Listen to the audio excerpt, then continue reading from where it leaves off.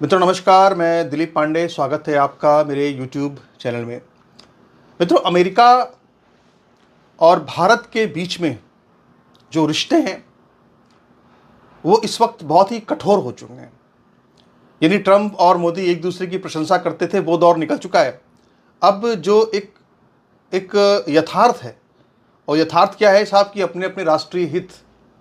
तो जो यथार्थ की कठोरता है वो दोनों देशों के रिश्ते में अब बिल्कुल साफ साफ नज़र आ रही है। लेकिन एक बड़ा समाचार जो कल आया वो ये आया कि अमेरिका के जो वाणिज्य सचिव हैं हावर्ड लुटानिक, उन्होंने एक बयान दिया। और बयान में उन्होंने ये कहा कि हमने तो भारत से डील, व्यापारिक डील जो है पक्की कर ली थी, पूरी तैयारी हमारी हो गई थी, लेकिन प्रधानमंत्री मोदी ने ट्रंप को फ़ोन ही नहीं किया। यही वजह है कि जो हमारी डील थी वो नहीं हो पाई। तो आखिर ये बयान क्या अमेरिका की हताशा को दिखाता है, अमेरिका की निराशा को दिखाता है? आखिर इस बयान का मतलब क्या है, इस बयान के मायने क्या है, इस पर हम आज चर्चा करेंगे। इसके अलावा हम बात करेंगे कि अमेरिका ने टैरिफ तो बहुत लगा दिया है भारत के ऊपर, लेकिन क्या इस टैरिफ से अमेरिका में कोई लाभ हो रहा है? कैसे ये टैरिफ अमेरिका के लिए ही एक दुधारी तलवार की तरह साबित हो रहा है? ये उस बंदर की तरह है जिसके हाथ में टैरिफ की तलवार है, और वो कहीं ऐसा ना हो कि मक्खी को उड़ाते हुए अपने ऊपर ही हमला कर ले। इस तरह का मामला क्यों बनता जा रहा है अमेरिका के अंदर? इसके अलावा हम एक और विषय पर चर्चा करेंगे, और वो चर्चा ये होगी कि ईरान अगर अमेरिका के सीधे मातहत आ जाता है, अगर वहाँ पे ईरान में सीधे एक कठपुतली सरकार बन जाती है जो कि सीधे अमेरिका के इशारों पर चलती है, तो भारत को इससे कहाँ क्या नुकसान हो सकता है, इसकी भी चर्चा करना ज़रूरी है। इस पर भी हम बात करेंगे। तो शुरुआत सबसे पहले हम करेंगे अपनी, कि आखिर ये जो हताशा निराशा अमेरिका में दिख रही है, इसकी वजह आखिर क्या है? मित्रों, अमेरिका के जो वाणिज्य सचिव हैं हावर्ड लुटानिक, उनका एक बयान सामने आया है। एक पॉडकास्ट वो इंटरव्यू दे रहे थे, और उस इंटरव्यू में उनसे ये पूछा गया कि भाई, आप तो भारत पर टैरिफ भी लगा रहे हैं, पूरी दुनिया में टैरिफ लगा रहे हैं, आप बहुत बड़े बड़े दावे कर रहे हैं कि हम अमेरिका को बदल देंगे, लेकिन इसके बाद भी अगर देखा जाए तो ज़मीन पर बदला क्या? टैरिफ लगाने के बाद भी ज़मीन पर क्या बदला? ज़मीन पर तो कोई बदलाव नहीं आया, कोई रोज़गार तो नहीं बढ़ रहा, बल्कि और अमेरिका में महंगाई बढ़ती जा रही है।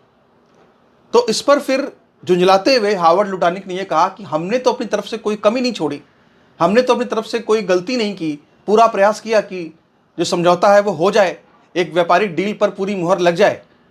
लेकिन हमने आखिरी वक्त में हमने 3 शुक्रवार का समय तय किया था कि हम 3 हफ्ते के अंदर इसको कंप्लीट कर देंगे, डील क्लोज कर देंगे भारत के साथ में। लेकिन आखिरी वक्त पर प्रधानमंत्री मोदी ने ट्रंप को फ़ोन ही नहीं किया, क्योंकि अगर प्रधानमंत्री मोदी ट्रंप को फ़ोन करते तभी इस मामले में कुछ आगे फाइनल डील क्लोज हो पाती। यानी अगर देखा जाए तो ये साफ साफ दिखाता है कि जो अमेरिका के अंदर जो सवाल अब उठ रहे हैं ट्रंप पर, उन सवालों का जो ठीकरा है, या उन उन जो हार और हताशा का ठीकरा जो है, वो प्रधानमंत्री मोदी पर फोड़ने की कोशिश की जा रही है अमेरिका में ट्रंप के प्रशासन के द्वारा। दूसरी तरफ अगर देखा जाए तो भारत ने भी इस पर जो जवाब दिया है, मैं समझता हूं कि वो जवाब ट्रंप के ऊपर दबाव और बढ़ाने वाला है। रणधीर जायसवाल, जो कि भारत में विदेश मंत्रालय के प्रवक्ता हैं, उन्होंने एक प्रेस कॉन्फ्रेंस की। उन्होंने ये कहा कि साल 2025 में 8 बार ट्रंप और मोदी के बीच में बातचीत हुई है। इसीलिए ये कहना कि ट्रंप और मोदी के बीच में कोई संवाद नहीं है, ये कहना पूरी तरह से गलत है और सही नहीं है। यहाँ पे संवाद शब्द का इस्तेमाल करने का मतलब एक ये भी है कि ये दिखाता है कि भारत जो है वो अमेरिका का कोई जूनियर पार्टनर नहीं है। यानी अमेरिका जो इस तरह से व्यवहार कर रहा है कि जैसे भारत उसका जूनियर पार्टनर हो, तो भारत इस तरह से नहीं है। उन्होंने कहा कि संवाद, यानी कि ये भी हो सकता है कि ट्रंप स्वयं भी तो फ़ोन कर सकते हैं मोदी को, लेकिन ट्रंप ने भी तो कोई फ़ोन नहीं किया। लेकिन ट्रंप ने फ़ोन किया था, आप याद कीजिए, ट्रंप ने मोदी को फ़ोन किया था, और जब वो एक विदेश यात्रा पर थे तो उस वक्त ट्रंप ने ये कहा मोदी से कि आप जब लौट ही रहे हैं भारत, तो रास्ते में वॉशिंगटन पड़ता है, रास्ते में अमेरिका है, आप आकर के हमसे मिलिए और हमसे बात कीजिए। लेकिन मोदी ने साफ साफ इनकार कर दिया और ये कहा कि उनके जो कार्यक्रम हैं वो पहले से तय हैं, और इसीलिए वो अपने कार्यक्रमों में बदलाव नहीं कर सकते हैं, वो ट्रंप से मुलाकात नहीं कर सकते हैं। इतना ही नहीं, इसके बाद जहां पर भारत में उनकी रैली थी, सभा थी, वहां पर इन्होंने बाकायदा इस चीज़ का जिक्र भी किया कि मेरे लिए इस देश की जनता इतनी महत्वपूर्ण है और सारे कार्यक्रम इतने महत्वपूर्ण हैं कि मैंने ट्रंप के मुलाकात के ऑफर तक को भी ठुकरा दिया। तो ये सब बातें बिल्कुल साफ साफ दिखाती हैं कि मोदी भी अपना गेम खेल रहे हैं, लेकिन ये जो गेम है ये लोगों को नज़र नहीं आ रहा होगा, क्योंकि ट्रंप की तरह से पागल, पता है, ट्रंप के पागलपन का जवाब पागलपन से देना संभव नहीं है। लेकिन भारत ने बहुत ही सदी हुई, बहुत ही ठोस तरीके से जो प्रतिक्रिया दी है अमेरिका को, उसने अमेरिका को कहीं ना कहीं बैकफुट पर आने पर मजबूर किया है। ये बात बिल्कुल साफ साफ हमको यहाँ पे नज़र आ रही है। अब एक बड़ी बात यह है कि ट्रंप के पास दिखाने के लिए क्या है। ट्रंप जो कि भारत पर 2 तरह के टैरिफ लगा चुके हैं। एक टैरिफ तो उन्होंने 25% का इसलिए लगाया है क्योंकि वो ये कहते हैं कि साहब भारत हमसे कोई सामान नहीं खरीदता। एक उन्होंने इस पे 25% का टैक्स और टैरिफ और इम्प्लीमेंट किया है, जो इसलिए किया है कि साहब रूस से वो तेल ले रहे हैं, रूस से कच्चा तेल वो आयात कर रहे हैं। तो अभी देखिए ज़रा, इसको समझिए कि ये जो टैरिफ लगा है, इस टैरिफ से अमेरिका में किस तरह का कोहराम मच रहा है। देखिए, अमेरिका और भारत के बीच में जो पूरा ट्रेड होता है उसको ज़रा समझ लीजिए पहले एक बार, उसका ट्रेड कैसा होता है। भारत जो है वो अमेरिका को हर साल लगभग $80 बिलियन का माल निर्यात करता है। जो टैरिफ लगाया जा रहा है, इस टैरिफ के बाद ये माना जा रहा है, मतलब अभी ये तय नहीं है, पर ये कहा जा रहा है कि इससे जो भारत का निर्यात अमेरिका को है उसमें भारी घाटा होगा, और वो जो $80 बिलियन था वो अब घट करके लगभग $20 बिलियन पे आ जाएगा। और इससे जो है भारत को जीडीपी में लगभग 1% का नुकसान हो सकता है। अभी सब अनुमान है, अब अनुमान तो अनुमान होते हैं, देखते हैं आगे क्या होता है। बहरहाल अभी जो हालात हैं भारत के अंदर अगर देखें तो भारत में भी जहाँ भी कुटीर उद्योग कुछ है, जहाँ से कच्चा माल जाता है, जहाँ पे ये काम होते हैं, वहाँ पे कुछ ना कुछ तो भारत को भी नुकसान हुआ है। लेकिन इसका जो नुकसान है वो ज़्यादा अमेरिका को उठाना पड़ रहा है। मैं आपको बताऊँ, मैं आपको उदाहरण के स्वरूप में बता रहा हूँ कि अमेरिका में 2 बड़ी कंपनियाँ, पोशा और क्रेडवलाइज, ये 2 जो कंपनियाँ हैं ये अपने कर्मचारियों की कटौती करने जा रही हैं, और इससे भी अमेरिका में बेरोजगारी बढ़ेगी। क्यों बढ़ेगी? दरअसल हो ये रहा है कि ये जो अमेरिका की बड़ी बड़ी कंपनियां हैं जो कि भारत से मिल रहे कच्चे माल पर निर्भर थीं और भारत के मिल रहे कच्चे माल से अपना सामान बना करके अमेरिका के मार्केट में बेचती थी, अभी की दिक्कत यह इनकी आ रही है कि चूंकि कच्चे माल पर जो टैरिफ लगा है, मान लीजिए कोई सामान 100 रुपये का पहले जा रहा था, अब टैरिफ लग गया 25%, मान लो 125 रुपये का हो गया, तो अब इसकी जो भुगतान कौन करेगा? इसका भुगतान तो अमेरिका की कंपनी ही करेगी ना। अब यूएस की कंपनी इसका जब भुगतान कर रही है तो घाटा बढ़ रहा है। जब घाटा उनका बढ़ रहा है तो उनका बजट कम हो रहा है, तो जाहिर सी बात है उनका लाभ कम हो रहा है, तो उनकी वो एक मजबूरी है। उस मजबूरी के चलते उनको जाहिर सी बात है कि फिर उनको अपने यहाँ पे कर्मचारियों की जो है छटनी करनी पड़ेगी, और न सिर्फ छटनी करनी पड़ेगी बल्कि उनको उनके यहाँ महंगाई भी बढ़ रही है उससे, क्योंकि माल की कीमत बढ़ रही है। तो देखा जाए तो ये जो पूरा एक मामला है, इस पूरे मामले में कहीं ना कहीं घाटा जो है वो यूएस का ज़्यादा हो रहा है।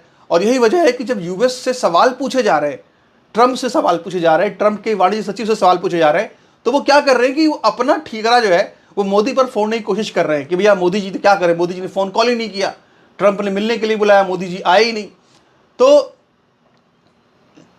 हालांकि ऐसा नहीं कि भारत ने अपनी तरफ से प्रयास नहीं किए हैं।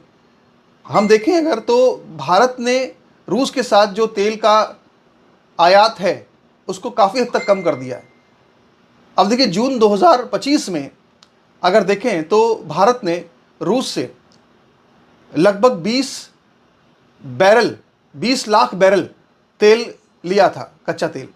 लेकिन अभी इस वक्त दिसंबर की जो हालत है वहाँ पे क्या है, अब जो है उन्होंने सिर्फ 13 लाख बैरल तेल ही लिया है। रिलायंस इंडस्ट्रीज़ जो है उसने ये बयान जारी किया है कि अब अगले साल यानी साल 2026 में वो अभी फ़िलहाल कोई रूस से तेल लेने नहीं जा रहा, और उसकी वजह यह है कि वो ये नहीं चाहता कि उसके ऊपर जो है टैरिफ और बढ़े अमेरिका के अंदर। तो ऐसा नहीं कि भारत ने अपनी तरफ से प्रयास नहीं किए हैं, भारत ने प्रयास किए हैं, और 40% का जो तेल आयात रूस से है वो तो भारत ने घटा दिया है। लेकिन जो अमेरिका के साथ जो यानी अमेरिका से तेल लेना बढ़ाया है, अमेरिका से तेल ज़्यादा भारत ले रहा है पहले के मुकाबले, तो भारत प्रयास तो कर रहा है। लेकिन इसके बाद भी अमेरिका के साथ में दिक्कत यह है कि अमेरिका में, चलिए मान लीजिए भारत तेल खरीदता है अमेरिका से, रूस से नहीं खरीदता है, तो इससे अमेरिका में कोई ऐसा नहीं कि रोजगार बढ़ जाएगा या वहाँ बेरोजगारी कम हो जाएगी या उसकी कुछ उससे लाभ हो जाएगा। ठीक है, वो तेल है, तेल अब ज़्यादा ले रहा है भारत, इतना ही फर्क पड़ेगा। तो जब तक कोई ट्रेड डील नहीं होगी ना, तब तक सही मायने में यूएस को कोई बहुत लाभ जो है वो होता हुआ दिख नहीं रहा है, और ट्रेड डील जो है फिलहाल वो अटकी हुई है। तो एक तरफ तो ये सब चीज़ें हम देख रहे हैं जो अमेरिका और भारत के बीच जो बनते बिगड़ते रिश्ते और रिश्तों में कठोर कठोर यथार्थ देख रहे हैं। दूसरी तरफ अगर हम बात करें ईरान की, तो ईरान की बात करना इसलिए ज़रूरी है क्योंकि ईरान भी कहीं ना कहीं अब अमेरिका का एक हथियार बनने जा रहा है। देखिए, ईरान में जिस तरह का प्रोटेस्ट चल रहा है, ईरान में जिस तरह से, आज तो खबर यह है कि ईरान में तेहरान के अंदर उस मस्जिद को भी जलाकर राख कर दिया गया जिस मस्जिद में खामेनेई जो है नमाज पढ़ने जाया करते थे। तो कुल मिलाकर ये है कि ईरान पे अगर पूरी तरह से एक कब्जा अमेरिका का आ जाता है और वहाँ पे अमेरिका के ही एक कठपुतली शाह वहाँ पे नियुक्त हो जाते हैं, तो उससे भी भारत को एक झटका लग सकता है। क्योंकि अभी तक क्या था कि जो चाबहार पोर्ट है वहाँ पे पूरा एक्सेस जो था वो भारत का है, कोई दिक्कत नहीं है, और चाबहार पोर्ट के माध्यम से भारत अफगानिस्तान तक जाता है, यूरोप तक जाता है, एशिया तक जाता है। लेकिन अगर ईरान में शाह आ जाते हैं, ईरान में अगर अमेरिका की कठपुतली आ जाती है, तो ऐसी स्थिति में सबसे पहला प्रहार तो चाबहार पोर्ट से जो एक एक्सेस मिला हुआ है भारत को, उस पर हो सकता है, जो मैं समझता हूं कि यह अपने आप में एक बहुत ही गंभीर चुनौती भारत के लिए, अर्थव्यवस्था के लिए हो सकती है, और जियो पॉलिटिक्स के लिए तो हो ही सकती है। दूसरा, भारत, रूस और ईरान मिलकर के एक INSTC प्रोजेक्ट बना रहे हैं। ये जो प्रोजेक्ट है, इसमें भारत जो है वो रूस तक पहुंचने के लिए ईरान की ज़मीन का इस्तेमाल करना चाहता है, यानी ईरान से होते हुए एक रास्ता जो कि सीधे, एक कॉरिडोर जो कि सीधे रूस तक जाए। तो ये जो पूरा कॉरिडोर है, जो प्रोजेक्ट है, वो भी चूंकि अगर अमेरिका के कब्जे में आता है ईरान, तो फिर वो भी जो प्रोजेक्ट है वो पूरी तरह से वो भी ख़त्म ही समझ लीजिए हो जाएगा, उसकी भी उपयोगिता ख़त्म हो जाएगी। इसके अलावा मिडिल ईस्ट में जो एक कब्ज़ा पूरा का पूरा अभी अमेरिका का है, वो और ज़्यादा कब्ज़ा बढ़ जाएगा। तो जाहिर सी बात है कि वहाँ पर भी चीन और भारत के लिए मुसीबतें बहुत बढ़ जाएंगी। अभी भारत ईरान से सस्ता कच्चा तेल जो है वो आयात कर लेता है, लेकिन जब अमेरिका में की हुकूमत या वहाँ पे एक उनकी कठपुतली आ जाएगी, तो शायद इसमें भी तेल की कीमतें भी दोबारा से तय होंगी। तो भारत, मैं समझता हूँ कि ईरान जिस तरह की, मतलब अमेरिका जिस तरह की आक्रामक कूटनीति का प्रयोग कर रहा है, वो ना सिर्फ भारत बल्कि पूरी दुनिया के लिए एक बहुत बड़ी चुनौती एक सामने आ रही है। और भारत को इससे निपटने के लिए कोई बहुत बड़े स्तर पर प्लान तैयार करना होगा, क्योंकि ये, इसमें कोई दो राय नहीं कि हम लोग ये चाहते हैं कि ईरान के अंदर जो इस्लामी शासन है वो ख़त्म हो, वहाँ पे महिलाओं पर अत्याचार वगैरह ख़त्म हो, लोगों पर अत्याचार ख़त्म हो, अच्छी बात है। लेकिन इसका जो पूरा एक इम्पैक्ट है वो भी साइड इफ़ेक्ट के तौर पे भारत को झेलना पड़ सकता है। नमस्कार।